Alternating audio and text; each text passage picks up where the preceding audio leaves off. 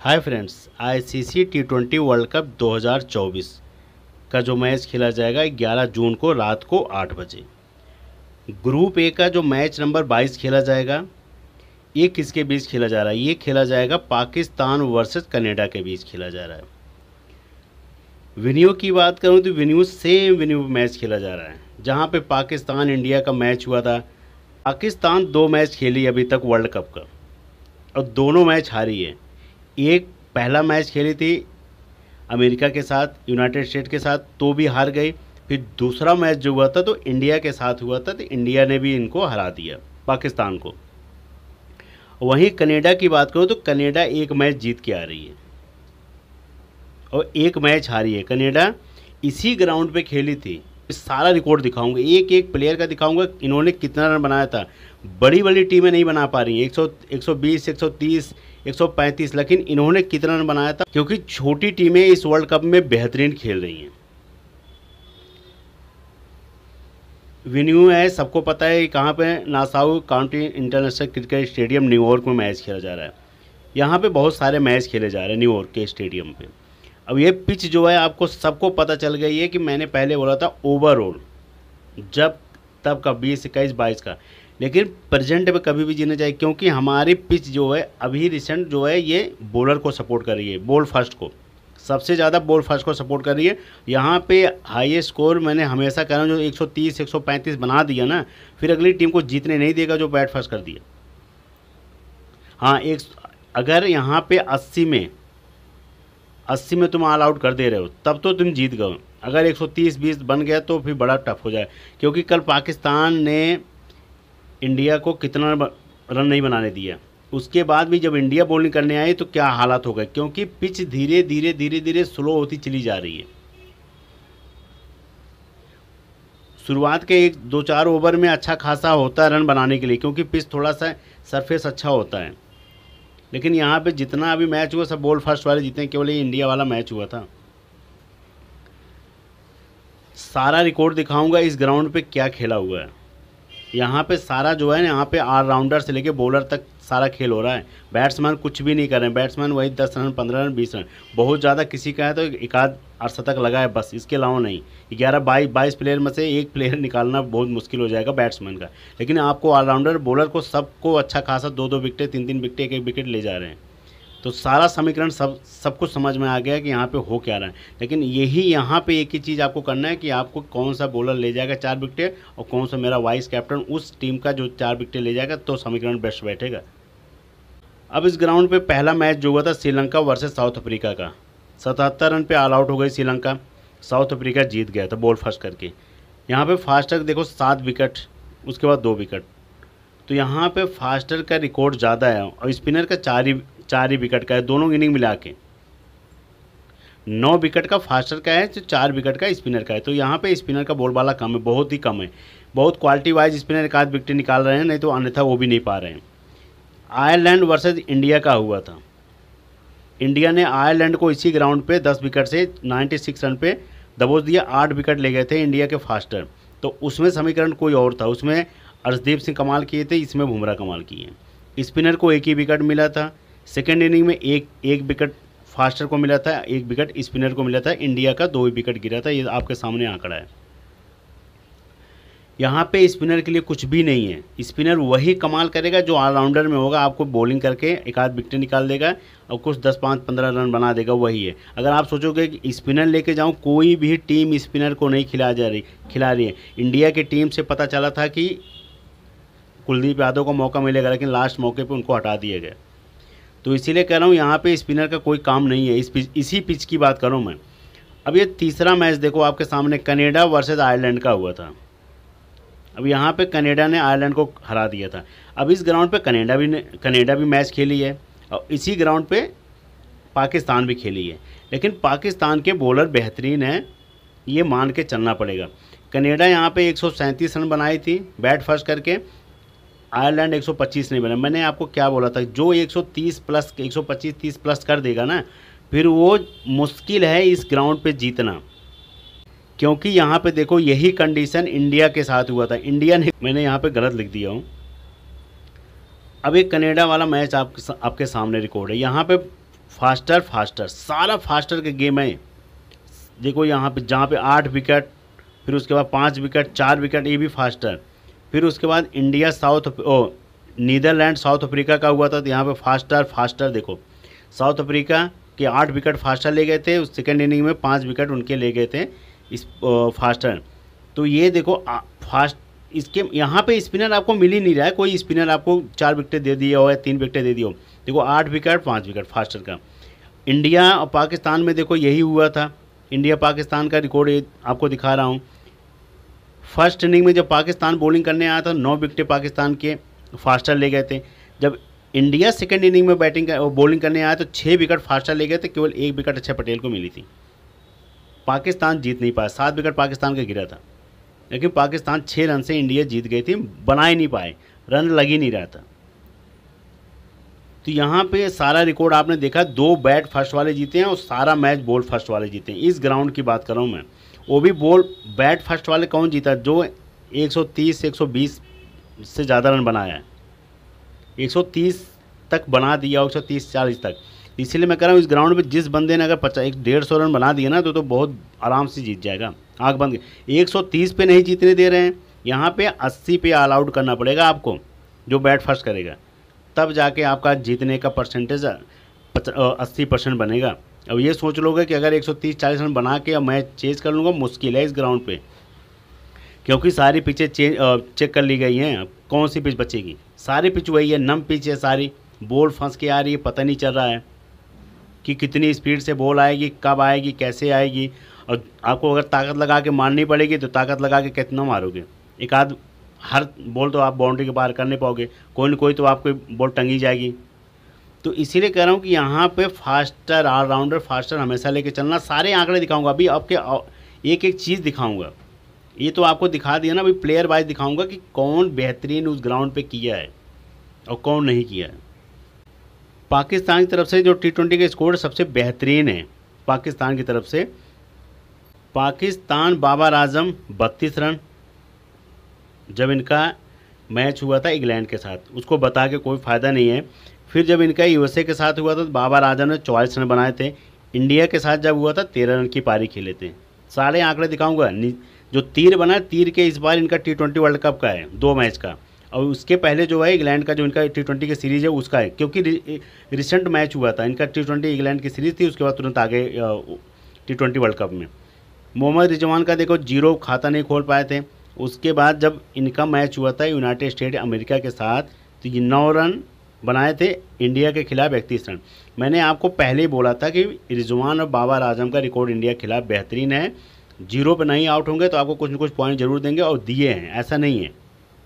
31 run 13 run की पारी खेले। फ़खर जमां 13 रन बनाए थे, इसके अलावा कुछ नहीं कर पाए, क्योंकि फ़खर जमां यहाँ पे कुछ नहीं करेंगे।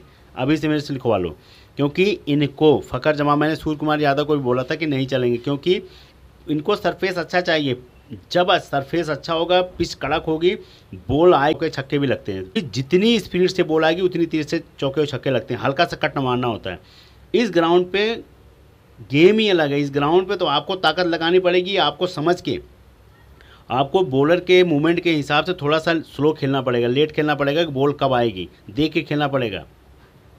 तो यहाँ पे सारा गेम ये है। अगर आप सोचोगे कि स्पीड के हिसाब से बॉलर के हाथ के मूवमेंट देख के मैं बॉल आएगी 130-140 की स्पीड से तो मैं हिटिंग करूँ, तो आप आउट ही हो जाओगे सीधा। क्योंकि यहाँ पे सबसे ज़्यादा आपने देखा होगा इस बार सबसे ज़्यादा स्टैम्प आउट हो रहे हैं, बोल्ड हो रहे हैं, सीधा बोल्ड, या तो कैच आउट होते हैं, रन आउट, लेकिन यहाँ पर बोल्ड ज़्यादा हो रहे हैं। उस्मान खान की बात करूँ, 13 रन की पारी खेले, कुछ खास नहीं। सद्दाम खान जब अमेरिका के साथ हुआ तो 40 रन की पारी खेले, इंडिया के साथ 4 रन बना पाए। इमाम वसीम की बात करूँ तो इन्होंने कुछ नहीं, 15 रन की पारी खेले, बहुत उम्मीदें थी इनसे, कुछ नहीं। इख्तियार अहमद कुछ नहीं, 5 रन की पारी खेले, इंडिया के साथ हुआ था, जब इनका अमेरिका के साथ हुआ था 18 रन, कोई फॉर्म में नहीं है। साइन अफरीदी, क्योंकि पिच ही ऐसी है, साइन अफरीदी का रिकॉर्ड देखो, जो बॉलर है 23 रन, 0 विकेट, 1 विकेट। इंडिया के खिलाफ इनको 1 विकेट मिला था, लेकिन साइन अफरीदी क्योंकि बड़ा नाम है तो उस हिसाब से इनको विकेटें नहीं दे रहे हैं, इनको आराम से खेल रहे हैं। मैंने पहले हर जगह बोलता हूँ कि बड़े नाम पे मत जाना, बड़े नाम पे जाना है तो एक टीम में कैप्टन बना के छोड़ दो। अगर ले जाएंगे तो बड़ा नाम तो आपको कमाल कर जाएंगे, नहीं तो आप सीधा कुछ नहीं करेंगे। इनको रखो टीम में, साइड कर दो, हो सकता है एक आध विकेट ले जाए, नहीं तो वो भी नहीं ले जाएंगे। हरीश राव को मैंने बोला था, देखो पहले मैच में जब अमेरिका के साथ हुआ था 1 विकेट ले गए थे, इंडिया के खिलाफ 3 विकेट का रिकॉर्ड है इनका। नसीम शाह 3 विकेट, मोहम्मद आमिर 2 विकेट, ये रिकॉर्ड है। यहाँ पे मोहम्मद आमिर को 2 विकेट मिला था, नसीम शाह को 3 विकेट मिला था, हैरिस रेव को 3 विकेट मिला था। तो ये सारी रिकॉर्ड है। और फिर इसी ग्राउंड पे मैच होगा, तो इस ग्राउंड पे या तो शाहीन अफरीदी को समझ लेना कैप्टन सीधा, या तो हैरूब और नसीम शाह को, क्योंकि इनका दोनों का रिकॉर्ड बेहतरीन, तो दोनों का रिकॉर्ड बेहतरीन रहेगा। इन 4 बॉलरों को लेकर चलना, क्योंकि कनाडा के खिलाफ भाई पाकिस्तान है। पाकिस्तान सबसे हारने के लिए कोई दिक्कत नहीं, लेकिन इंडिया के साथ जब इनका मैच होता है तो करो मरो वाला मैच होता है, वो सीन होता है, सारे प्लेयर इनके जाग जाते हैं। कनाडा के साथ होगा ऐसे लगेगा कि अरे कनाडा के साथ हो रहा है, इनको तो मैं कभी भी हरा दूंगा, तो वहाँ पे खेला हो जाता। फिर इंडिया के साथ इनके हर प्लेयर एक्टिव मूवमेंट में हो जाते हैं, और अदर टीमों के साथ एक्टिव मूवमेंट इनका ख़त्म हो जाता है, स्लोअर हो जाते हैं। चौका लग रहा है जाने दो, बॉल कहाँ डालने कोई मतलब नहीं है। तो ये चीज़ें हैं, ध्यान देना जो मैंने आपको बताया। इनके जो मेन बॉलर हैं ये तीनों को जरूर, चारों को लेके चलना आपको। शाहीन अफरीदी, हारिस रऊफ, नसीम शाह, मोहम्मद आमिर, ये 4 आपको रखने हैं। उसके बाद 5वें में अगर आपको रखना हो सद्दाब खान रख लेना, ये 5 हो गए। अगर सद्दाब खान नहीं रखना है तो बाबर आजम, रिजवान में से किसी एक को रख लेना, चाहे बाबर आजम रख लेना। तो ये 4 बॉलर अब एक बैट्समैन, 5 का कम्बिनेशन लेके चलना। ये अगर आपको लगेगा कि ऊपर का टॉप ऑर्डर ही नहीं चलेगा, फिर सद्दाब खान लेके चलना, ये करना। अगर लगेगा कनाडा बहुत कमज़ोर टीम है तो कनाडा के 2 से 3 बॉलर रख लेना। उसके अलावा बाबर आजम, मोहम्मद रिजवान, फ़खर जमान, ये 3 रख लेना, और 4 ये बॉलर, 7 इधर के लेके चलना और 3-4 उधर के लेके चलना। कम्बिनेशन आपका बेस्ट बन जाएगा। इस कम्बिनेशन के साथ आप उतर सकते हो। जो मैंने आपको बता दी यही की रहेंगे। अब जो कनाडा का T20 का स्कोर है, कनाडा और यूएसए का एक मैच हुआ था, बहुत हाई स्कोरिंग हुआ था। कनाडा तब भी हार गई थी, 194 रन बनाई थी, 5 विकेट गिरा था। यूएसए 157 बनाई थी, 7 विकेट से जीत गई थी। यूएसए जब पाकिस्तान को हरा सकती है तो आप समझ लो, लेकिन कनाडा ने हिम्मत नहीं हारा था। 200 का आंकड़ा अभी तक सबसे हाईएस्ट स्कोर है। अब इनका देखो, कनाडा और जब आयरलैंड का मैच हुआ था, कनाडा वर्सेस आयरलैंड का, किसी ग्राउंड पे होता है, इसी ग्राउंड पे होता है जहाँ पे सारे मैच हो रहे हैं, जहाँ पे सबसे लो स्कोरिंग मैच बन रहा है, क्योंकि यहाँ पे सारा मैच सबसे ज़्यादा लो स्कोरिंग मैच हो रहा है। कनाडा ने जैसे तैसे 137 रन बना दिया, आयरलैंड ने बॉल फर्स्ट किया था। उसके बाद आयरलैंड को बनाने ही नहीं दिया, क्योंकि 7 विकेट कनाडा गिरा था, 7 ही विकेट आयरलैंड का, तो 12 रन से कनाडा विन कर गया। ये हाल है। तो इसीलिए मैं आपको पहले बोल दिया कि यहाँ पे 130 रन जिसने बना दिया समझ लेना मैच जीत जाएगा। हाँ, थोड़ा बॉलर के अंदर ताकत होनी चाहिए उस टाइप की बॉलिंग करने के लिए। ये सामने आपके पास आंकड़ा है, कनाडा बहुत छोटी टीम को समझ के आयरलैंड ने हल्के में ले लिया, तो ये परिणाम है आयरलैंड का। अब कनाडा की टीम की तरफ से जो इनके सबसे बेस्ट प्लेयर हैं, कनाडा की तरफ से जो सबसे ज़्यादा रन मारते हुए आ रहे हैं, अरोन जॉनसन 23 रन 14 रन। और उसके बाद फास्टर पे ज़्यादा आउट होते हैं, याद रखना, इसलिए मैंने लिख दिया फास्टर बॉलर पे आउट ज़्यादा होते हैं, तो इसलिए बोल दिया। अरोन जॉनसन 23 रन जब इनके साथ हुआ था यूएसए के साथ, और जब आयरलैंड के साथ हुआ था 14 रन की पारी खेले थे। जिस ग्राउंड पे 14 रन बनाए थे इसी ग्राउंड पे इनका मैच भी है पाकिस्तान के साथ। नवनीत धारीवाल, मैंने पहले बोला था ये हिटर हैं, बहुत तगड़े वाले हिटर हैं, लेकिन इनको पिच उस अनुकूल मिलनी चाहिए। तो यहाँ की जो पिच जिस पे न्यूयॉर्क के ग्राउंड पे मैच होगा, वहाँ की पिच मुझे नहीं लग रहा है उस अनुकूल है, तो वहाँ पे इतना खासा रन नहीं बन सकता है। जिस पिच पे रन बनने वाला था उस पिच पे इन्होंने 61 रन की पारी खेली थी।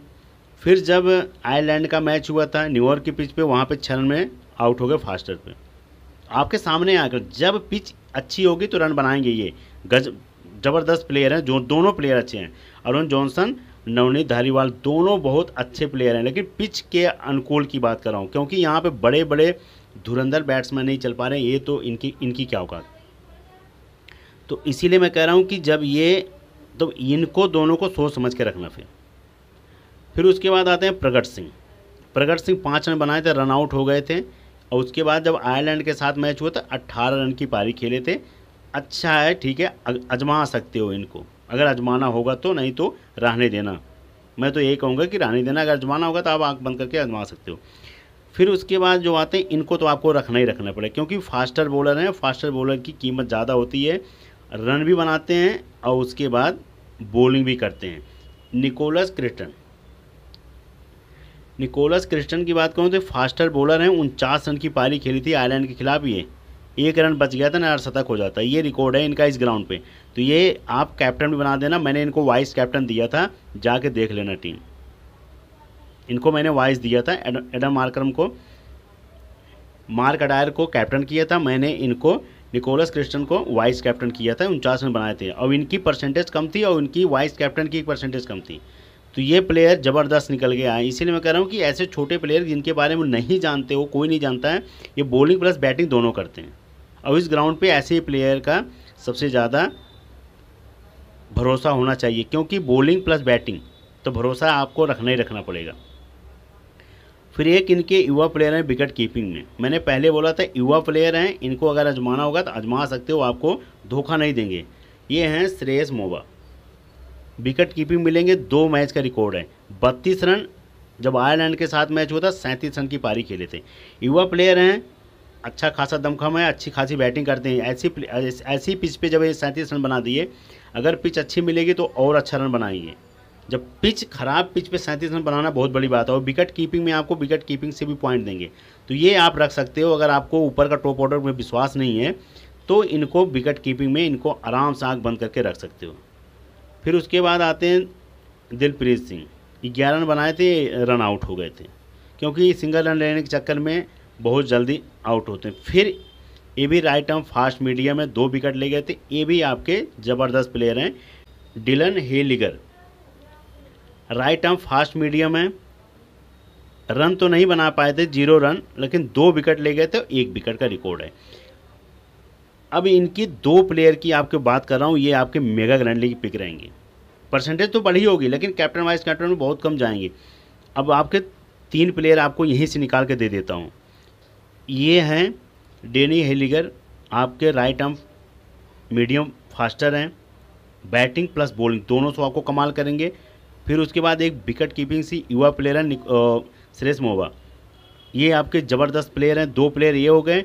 फिर उसके बाद आते हैं निकोलस क्रिस्टन, ये आपके फास्टर बॉलर हैं, 49 रन की पारी खेले थे। ये आपको बैट्समैन में मिलेंगे, ये आपको ज़बरदस्त 3 प्लेयर है वो आपको निकाल दिए। ये सबसे बेस्ट प्लेयर हैं, जो ऊपर को टॉप ऑर्डर में से जितने प्लेयर हैं उनको फ्लॉप करके इन तीनों को आप आजमा सकते हो आंख बंद करके, कहीं कोई दिक्कत आएगी नहीं इन तीनों को लेके। फिर उसके बाद आते हैं इनके जो बॉलर हैं, अच्छे खासे बॉलर हैं, बढ़िया बॉलर, फास्टर हैं। Jeremy garden, right arm faster हैं, 2 विकेट ले गए थे आयरलैंड के खिलाफ। तो इसलिए कह रहा हूँ जेरेमी गार्डन पे नज़र रखना, और इस नज़र क्या रखना, इनको रखना ही रखना आपको पड़ेगा, क्योंकि बेस्ट प्लेयर हैं, इस ग्राउंड के हीरो हैं। 2 विकेट ले गए, चाहे पाकिस्तान के अगेंस्ट हो। ऐसा तो है नहीं कि पाकिस्तान के ओपनर ही आके जिता लेंगे, अगर ऐसा हो गया तो बेस्ट है। और हो सकता है कि ऐसा हो सके, क्यों, क्योंकि पाकिस्तान 2 मैच हारी, बहुत किरकिरी हुई है। अगर ये मैच ऐसे इस कंडीशन से नहीं जीतेंगे तो बहुत ही बदनामी होगी। कनाडा ने इनके 3 से 4 विकेट गिरा दिए, क्योंकि पिच की कंडीशन जिस हिसाब से है उस हिसाब से तो भाई ऐसे लग ही रहा है कि यहाँ पे 3 से 4 विकेट गिर ही जाएंगे पाकिस्तान के। अगर ख़राब खेलेंगे तो ज़्यादा गिर सकते हैं। जुनैद सिद्दीकी हैं, मैं इनको प्रेफर नहीं करूँगा, अगर रखना होगा रख सकते हो, लेग ब्रेकर हैं, लेकिन कभी कभी रन भी मारते हैं, लेकिन मुझे नहीं लग रहा है कि पाकिस्तान के अगेंस्ट कुछ करेंगे, क्योंकि यहाँ पे स्पिनर के लिए कुछ खास है नहीं, इसलिए आपको मैं कह रहा हूँ। निखिल दत्ता की बात कर रहा हूँ तो ये ज़्यादा कुछ नहीं, ये भी ऑफ ब्रेकर हैं। तो वो मैं यहाँ पे स्पिनर को पहले ही बोल दिया, निगलेक्ट कर रहा हूँ कि स्पिनर यहाँ कुछ नहीं कर पा रहे हैं, तो स्पिनर को रखना उतना मुझे सही नहीं लग रहा है। फिर इनको रख सकते हो, कलीम सना को। कलीम सना लेफ्ट आर्म मीडियम है, इनको आप रख सकते हो, क्योंकि ये बेहतरीन कनाडा के प्ले बॉलर हैं। भले विकेट नहीं मिली लेकिन बेहतरीन है, लेफ्ट आर्म है, राइट आर्म बैट्समैन को बहुत परेशान करेंगे। तो इनको आप आंख बंद करके कलीम सना को रख सकते हो आराम से। फिर उसके बाद जो टीम के कैप्टन है साद बिन जफर, ये भी स्पिनर हैं, तो मुझे नहीं लग रहा कुछ खास बैटिंग है, 1 विकेट ले गए थे। अगर आपको लगेगा तो रख सकते हो, लेकिन जिस ग्राउंड पे मैच हो रहा है उस ग्राउंड पे मैं प्रेफर नहीं करूँगा, क्योंकि वहाँ पे मैं यही कहूँगा कि ऑलराउंडर ज़्यादा और बॉलर ज़्यादा, क्योंकि यहाँ पे कलीम सना को आराम से आप आंख बंद करके रख सकते हो, क्योंकि फास्टर हैं। फिर उसके बाद जेरेमी गार्डन, ये भी फास्टर हैं। ये दो आपके बॉलर निकल गए। उसके बाद आते हैं हेली लिगर, ये हैं right and fast medium, 2 wicket ले गए थे। तो तीन प्लेयर आपको मैंने ऐसे दिखा दिया सबसे बेस्ट। फिर उसके बाद श्रेयस मोबा की बात करूं तो ये भी आपके बेस्ट प्लेयर है, मैंने युवा प्लेयर है, 4 प्लेयर ये हो गए। फिर उसके बाद ये आते हैं निकोलस क्रिस्टन, आप ये भी फास्टर हैं। 1 2 3 4 5 6 प्लेयर आपके हो गए। अब इन 6 प्लेयर में से आपको रोटेट करना होगा, क्योंकि एरन जोन्स, नवनीत धारीवाल मुझे नहीं लग रहा है कि यहाँ इस पिच पे चलेंगे। अगर चलते हैं तो भाई बहुत अच्छा है, लेकिन जब इतने मैच हो गए, इतने मैच में जब कोई नहीं चला, ना पाकिस्तान के, न इंडिया के, न साउथ अफ्रीका के, न श्रीलंका के, तो कैसे इनको समझ लूँ कि ये कनाडा के चलेंगे। हाँ, एक टीम बना रहे हो, अगर आपको लगता है नहीं चलेंगे तो आप रख सकते हो, लेकिन मेरे हिसाब से जो आपको मैंने 5 प्लेयर बताया हूँ, ये 5 प्लेयर आपके बेस्ट रहेंगे। 1 2 3 4 ये 5 प्लेयर आप लेके चल सकते हो। इसी में से क्या करना है, आपको रोटेट करना है। रोटेट मीन्स क्या होगा, यहाँ तक तो नहीं, 4 प्लेयर से मुझे नहीं लग रहा है। अब जैसे आपको ये लगेगा कि करीम सना कुछ नहीं करेंगे, तब यहाँ पे आपको क्या करना है, यहाँ पे यही करना है, जुनैद सिद्दीकी रख लेना, या निखिल दत्ता रख लेना, या फिर सैद बिन जफ़र रख लेना। साद बिन जफ़र टीम के कैप्टन, इनको रख सकते हो आप, निखिल दत्ता। इनमें से ऐसे रोटेट करना, जैसे लगेगा कि ये भी कुछ नहीं करेंगे, ये क्योंकि इनके पास बैटिंग प्लस बॉलिंग है, इनके पास बैटिंग प्लस बॉलिंग है, इनके पास बैटिंग प्लस बॉलिंग है, तो इन तीनों को तो आप कैसे छोड़ सकते हो। और इसीलिए कह रहा हूँ, यही जब बॉलर की बात आती है तो बॉलर आप वहीं रोटेट कर लेना। ये एक टीम में अगर ये नहीं ले जाएंगे करीम सना, तो मैं जाके फिर इनमें किसी को, जुनैद सिद्दीकी या निखिल दत्ता पे जाके आजमाऊंगा मैं किसी प्लेयर को, तो ये चीज़ रहेगा। लेकिन जो 5 प्लेयर बोला हूँ, ये सबसे बेस्ट प्लेयर रहेंगे, अब इन्हीं को आजमाना इस ग्राउंड पे।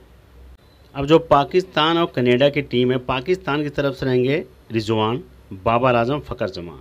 इन पे मैंने तीनों पे टच किया हूँ। अगर कनाडा के खिलाफ नहीं चले तो बहुत ही बदनामी है। एक टीम में तो आपको ऐसे एक बनाना पड़ेगा।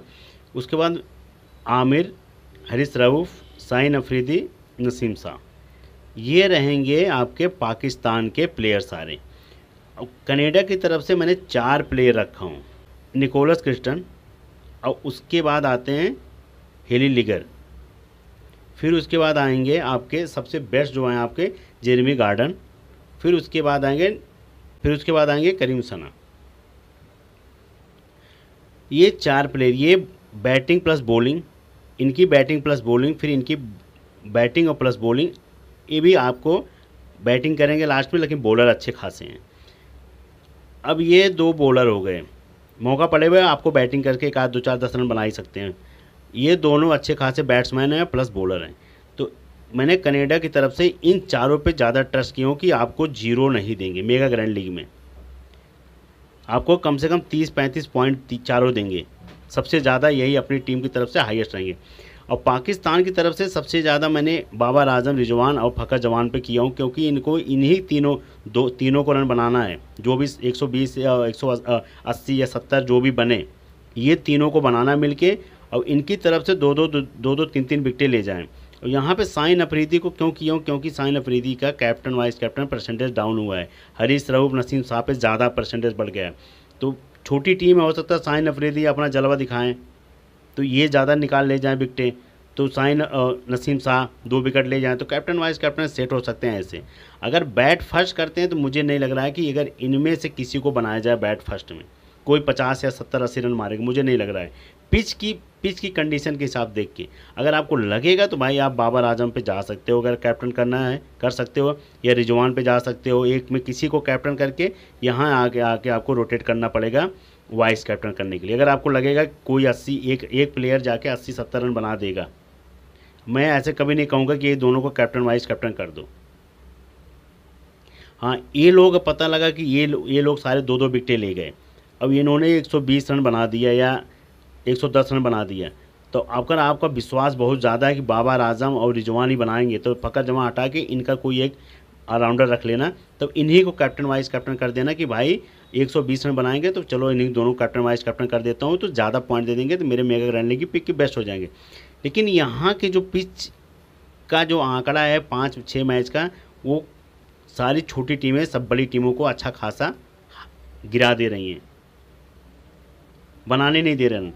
तो उसीलिए कह रहा हूँ कि यहाँ पे बैट्समैन पे मैं कभी नहीं कहूँगा जाने के लिए, उस बैट्समैन पे जाना जैसे ये हैं, ये बॉलिंग भी करते हैं, ये भी बॉलिंग करते हैं, प्लस बैटिंग करते हैं, ये बॉलर हैं, ये बॉलर हैं, और उसके बाद इधर से सारे बॉलर हैं, बैट्समैन भी हैं, शाहीन अफरीदी, मोहम्मद आमिर, हारिस रऊफ, ये सब सारे बैटिंग भी करते हैं, पाकिस्तान के बॉलर भी हैं अच्छे खासे। तो सबसे ज़्यादा अगर आपको पहले तो पाकिस्तान को फेवरेट रखना पड़ेगा 1 से 2 टीमों में, फिर तीसरी टीम अगर आप बनाओगे तो उसमें आपको कनाडा के थोड़ा ज़्यादा प्लेयर रखने पड़ेंगे, लेकिन बॉलर आपको पाकिस्तान के ज़रूर रखने पड़ेंगे। और कैप्टन वाइस कैप्टन मैं आपको अभी भी कह रहा हूँ, यहीं से घूमेंगे, सारा ऑलराउंडर से घूमेंगे। अब इसी में से आपको रोटेट करना होगा कैप्टन वाइस कैप्टन, क्योंकि बैट्समैन का यहाँ खेल है गया ख़त्म, बैट्समैन कुछ नहीं कर रहे हैं। 5 मैच का रिकॉर्ड आपको दिखा दिया हूँ। और जो भी होगा आपको टॉस टाइम पे टेलीग्राम पे टीम मिलेगी। All the best, good luck.